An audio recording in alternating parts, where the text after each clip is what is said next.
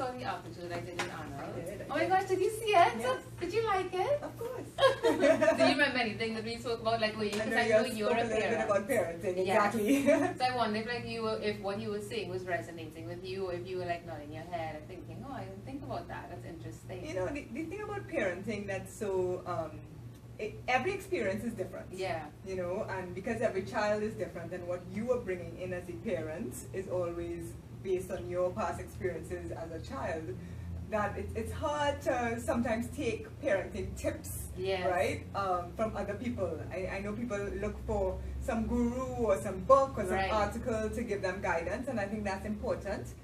But it comes down, I think, to really knowing yourself and being fully authentic Yeah. with your child, and Yeah. recognizing that your child is a unique being, Yeah. right? And your job is not here to control them, Yeah. but to guide them through this world. you Yeah. know? Well, that is what Arnold was speaking to when he was talking. You know, he said, there's no handbook for parenting, and he's saying he agrees with what you're saying, which is it's a natural instinct. And so, as a parent, you just have to kind of tune into yourself and see what your intuition is telling you about whatever your children need. You know. But So I that's think- hard, Yeah. because we've been taught not to tune into our intuition. We're taught to, go to school and study and listen to what somebody else is telling us what to do, right? And so coming back to tuning into our intuition is something that feels like, I don't know what to do. They didn't have this in mind at all to ask in terms of talking to you into the after show, the pre-recorded segment, but just talking to you. And this happens, that's what I like about interviews actually, which is, and I don't know if I should even restrict it to interviews, it's probably just a part of life, which is, with any project that you're doing, there are all of these fixed elements. Yep. But then once the moment is there, there's always something dynamic and alive that's happening, and you just kind of have to allow it to happen. Yes. So that's what life is about. Yeah. So not what I plan to ask to get into the interview, but I'm just curious now interacting with you, what you were into as a child before you started your work life. Like if, I don't know, were you always interested in finance, or what were your interests when you were growing up? Oh, that's a really good question. So as a child, I was very quiet and reserved. I was very strong academically, so I did well in school. I was a bright child. And so, when it was time to pick subjects, people were trying to push me down the sciences route, and I'm like, no, that's not what I want to do. I'm not interested in that at all. And I chose business, not particularly because I had an interest in business. I just knew what I didn't want to do. And I liked numbers, I liked math, and I loved accounting. So I said, okay, I'm going to follow that path.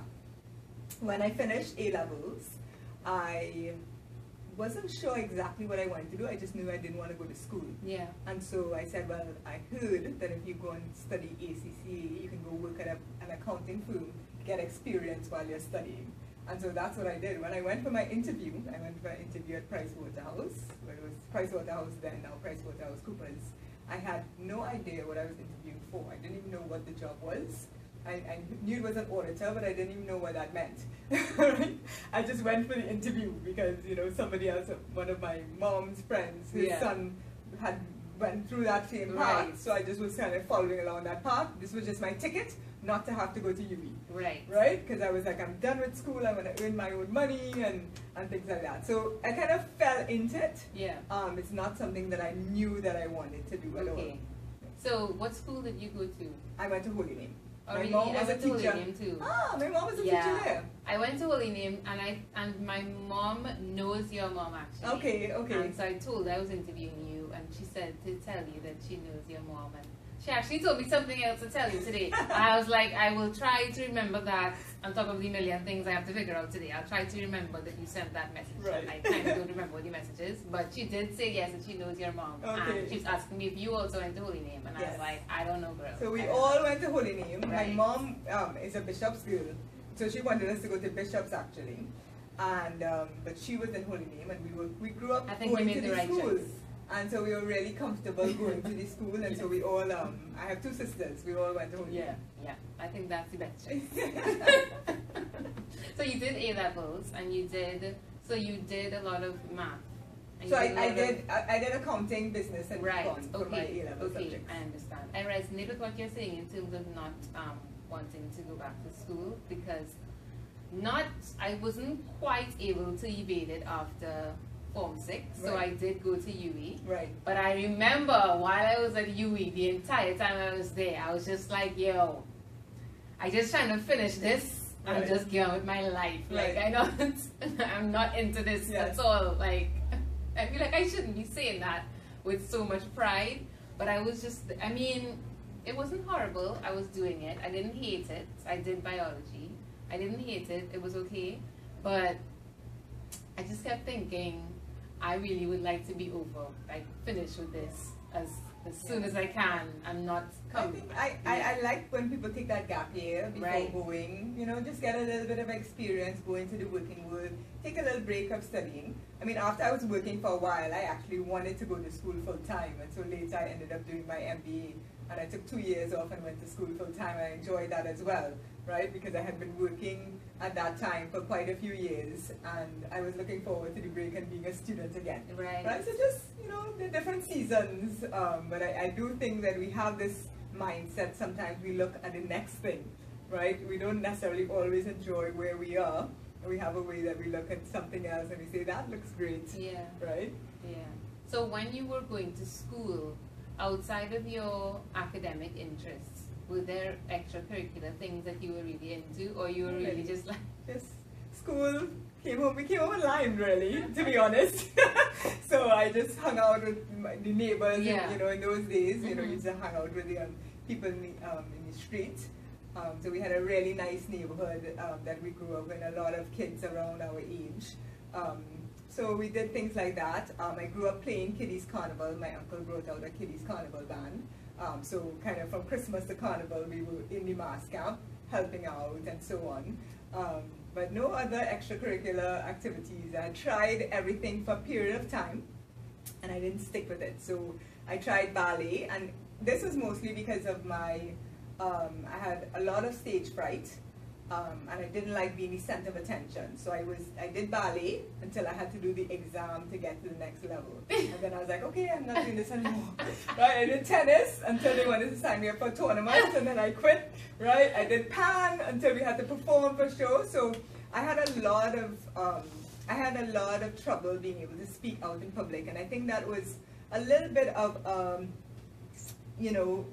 because I did well in school, I never had to speak up in school.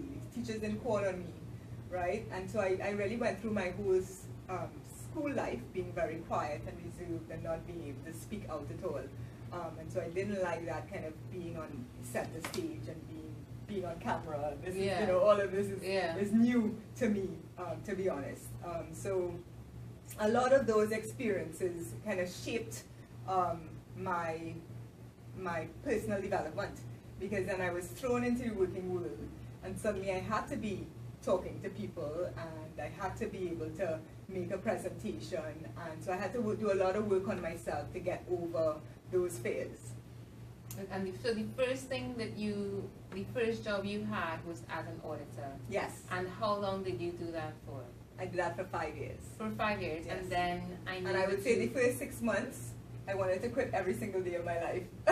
And that's, again, not because of the job itself, because it was requiring me to, come out of my shell. Right. And I if you just gave me some accounts that I could sit in a little Right. cubicle and add up some numbers and run a spreadsheet, I was good with that. But from the time you were asking me to do a little bit more, that always gave me a lot of angst. Yeah. Do you think that that's something that, do you think that that's a capability that everyone should have, that being able to speak up and present and talk to a big audience in that way and have confidence? Or do you I don't think everybody, I think everybody has their own unique path that they're here on this earth to do. So I don't think everybody needs to be able to speak to a big audience.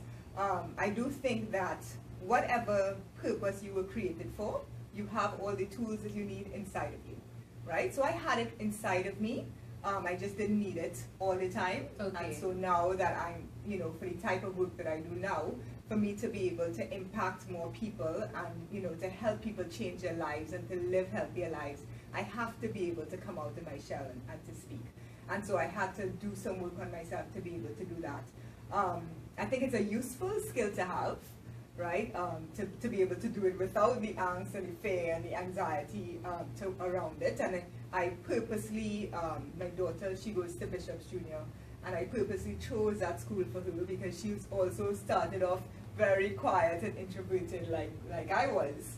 And that school has really done a lot to bring her out of her shell, right? So it was always within her, and if you knew her at home, right, you knew that she can talk and she can express herself, but from the time she was in a group, it just didn't come out at all.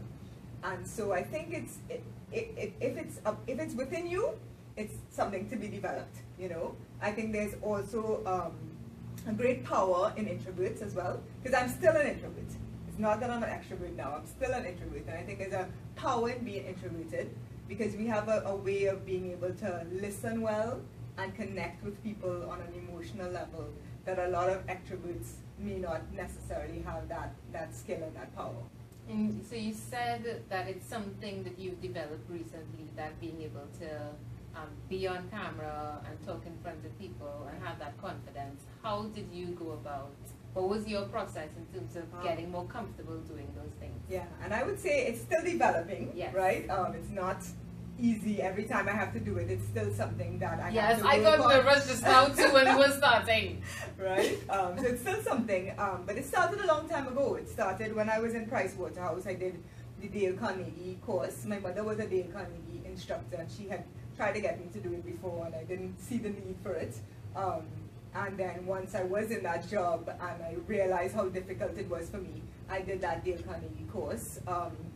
And I've just been doing a lot of personal development work over time. I used to be a member of Toastmasters. You know, that's an organization where people get to practice speaking out in public. But the other thing that I do now is a lot of, when opportunities come to me to do something that's even scary to me, you know, I think that opportunity was brought to me because that's what I'm supposed to do. And so I have to get over myself, right? Get over my fears and my insecurities, and I have to go there and deliver, because there might be somebody who needs to hear the message. There might be somebody that this might impact today, and I might not be able to reach them if I'm not on this platform, for example. What do you think is something important for persons to know who may be going through that same process of knowing that they need to put themselves out there more, but they're still a little reluctant or they feel a little shy? What's something that you think can help them through that process? I think really having good support is important. You know, not people who will say, oh, that's, no, you're going to be too nervous, don't do that. You need somebody, you know, people who are going to champion you and say, no, you're going to be amazing, you know your stuff, you know. I can help you, I can coach you, you can practice with me. You know, so people in your corner backing you up is really important. But for me, it's really also coming to the fundamental belief that you have what's inside of you to do what you need to do. You have that gift, God has given you that talent. If that's the direction you're being called, then you have what you need to be able to do it, right? You just might need a little practice and, you know, and guidance.